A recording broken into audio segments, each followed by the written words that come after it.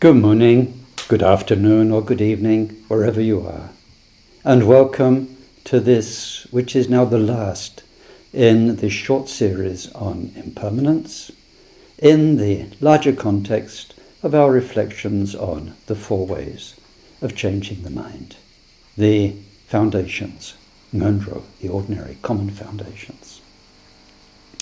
And in this last talk, we'll consider the benefits of those meditations that we've been considering in these last half a dozen talks or so.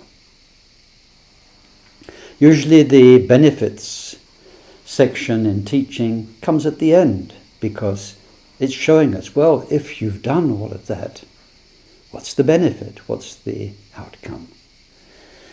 But we also need to know the benefits from the very beginning because they form our motivation for doing it.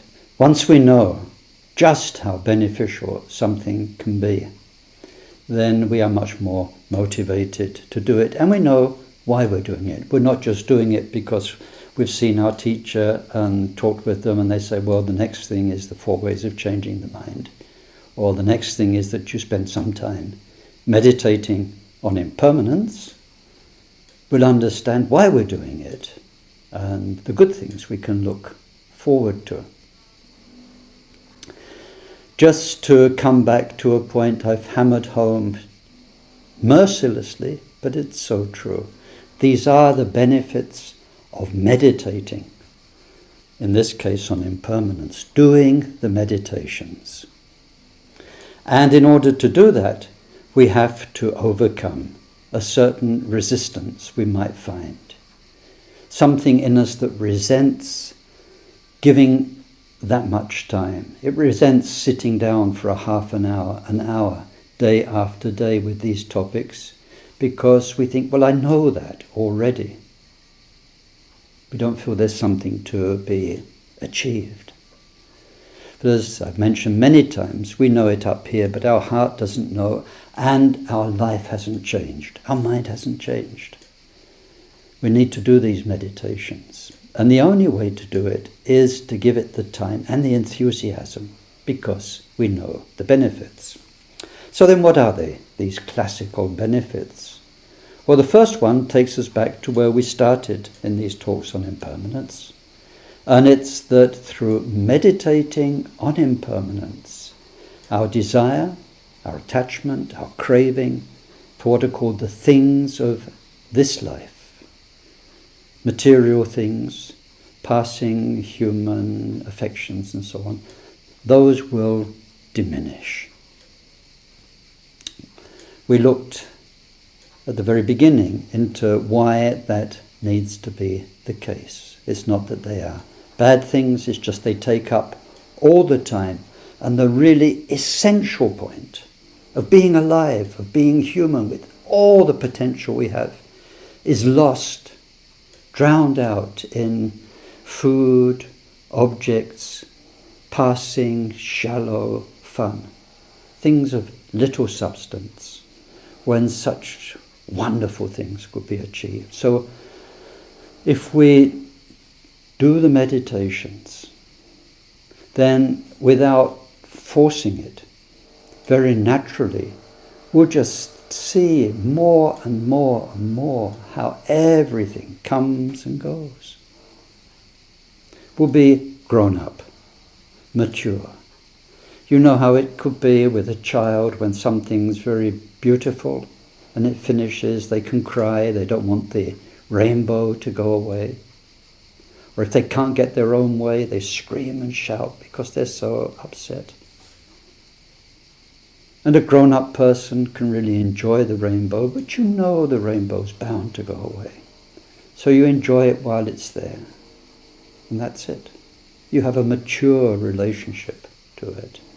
And if something doesn't work, you don't get your way, there's no point kicking and screaming and wasting a lot of time. A mature person can just shrug it off and then change course, get on to the next thing. So here we're looking at a question of maturity and how by a growing wisdom simply about the way people are, human contact is, the way objects are, the way the weather is, circumstances, success, failure, the 8 worldly concerns. We understand their transience, and very naturally we'll be less attached. So that's the first benefit. We cut our attachment. One thing we should be clear about is that Buddha and the Buddha's teachings never wants to harm you. It's not taking away the good things of your life when we take away attachment.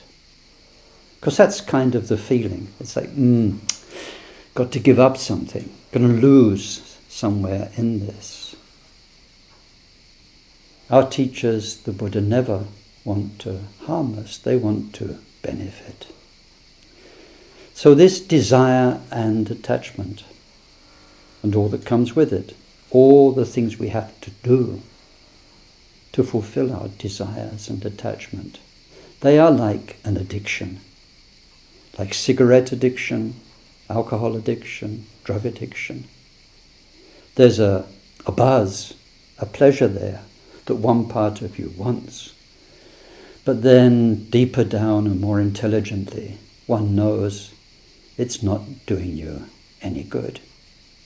And beside those material, chemical addictions, sometimes people who have lots and lots of relationships, they know they're putting themselves yet again into a catastrophic situation, yet somehow they can't stop themselves.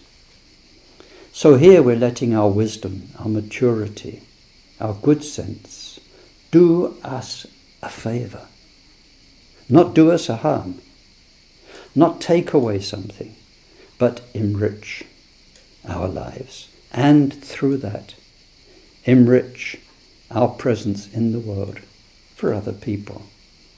So that's the main reason we're meditating on impermanence. And it leads on to the second benefit, which says that the seed of faith will be planted and will grow.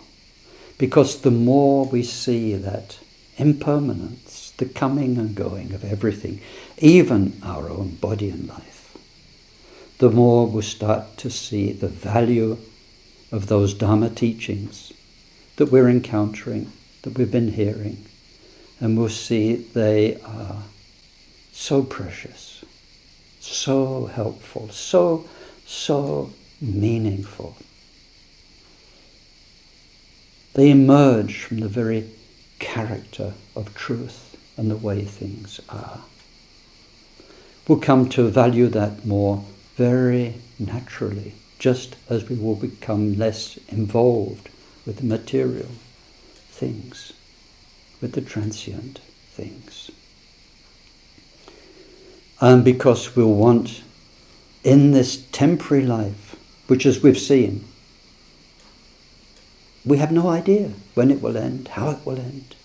So we want, before that happens, to have done something beautiful, used it well. And Dharma is the toolbox. That's the way to do it. They are the methods.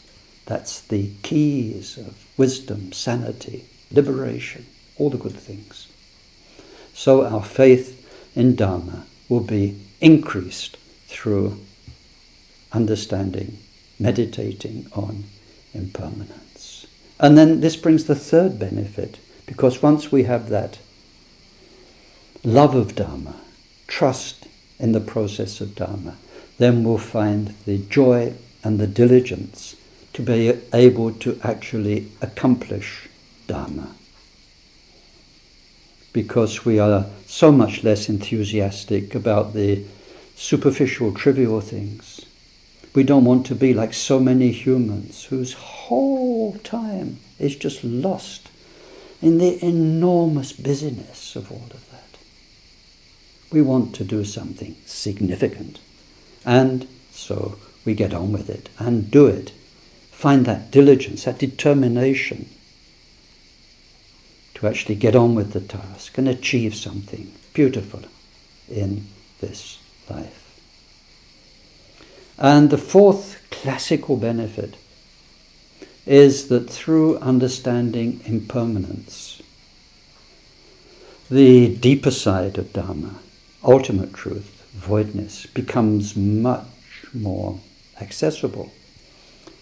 We found this in one of the earlier talks, as we went from the years to the seasons, to the months, to the days, to the hours, down to the minute, and then second by second. We saw that in fact you can't even grasp one instant of reality before it's gone, and the next one's gone, and before you can even understand what that is, that's gone. This really helps us understand voidness.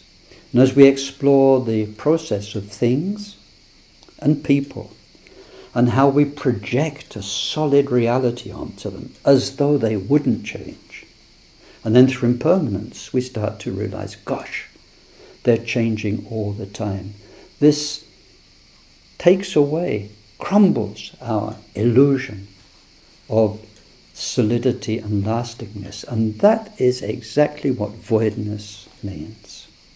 We see that illusion we had of somebody remaining the same year after year, of success lasting, and so on, was an illusion. When illusions crumble, then we find the truth. That's what voidness means. We see the voidness of the illusion and find the truth.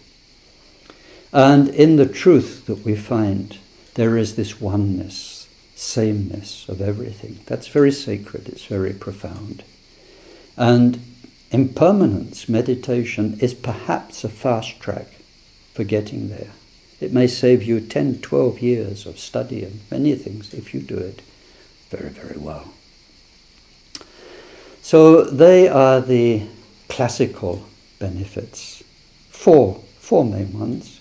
We get less attached and involved. We get more faith in the Dharma. That gives us more diligence.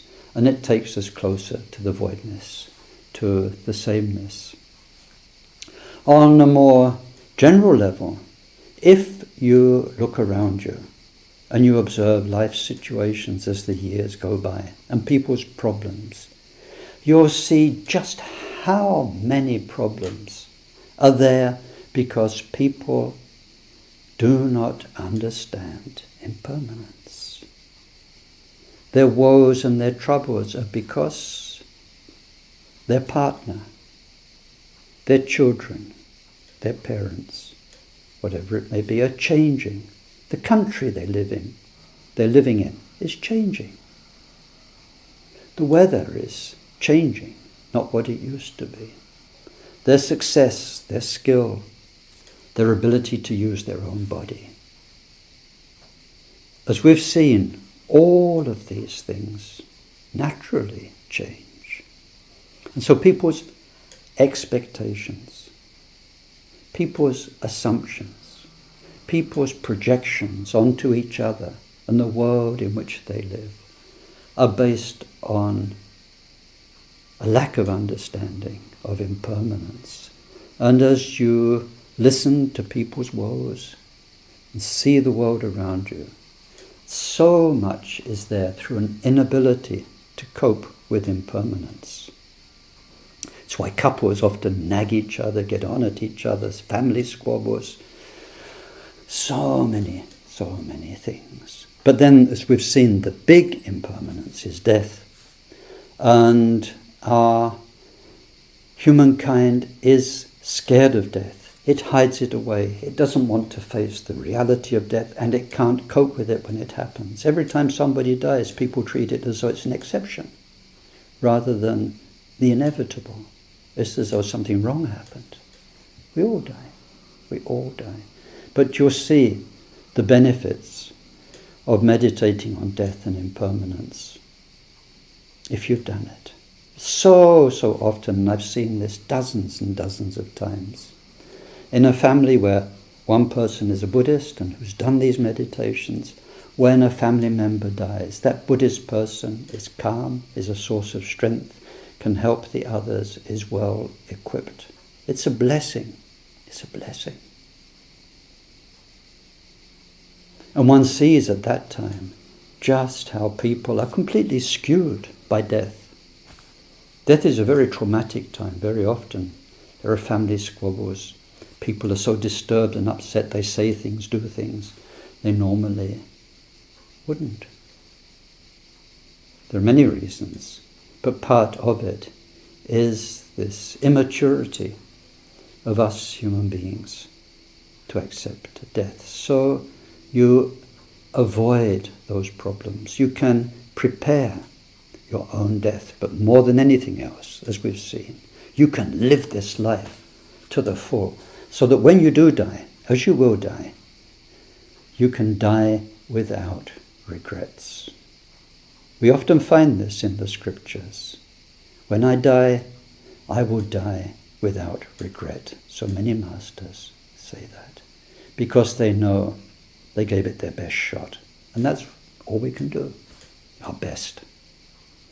So that's just generally in day-to-day living, you'll find you're more mature, more calm, more wise through meditating on impermanence. But now, to conclude these benefits, let's remember, why are we studying this and meditating on it?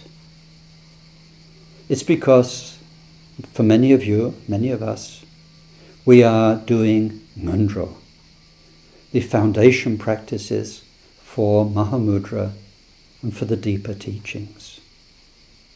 Without these meditations, those deeper teachings will never connect. They won't benefit you very much, no matter how well they're taught to you, no matter how superb the master who teaches them. So we absolutely need to get the benefits that I've just been talking about of impermanence meditation to be able to go into those rarest, most precious of all the Buddha's teachings, Mahamudra or the Dzogchen teachings, whichever one you have access to. So in our next videos, we'll move on to the third way of changing the mind, karma, cause and effect. But for the moment, I wish you very, very, very well.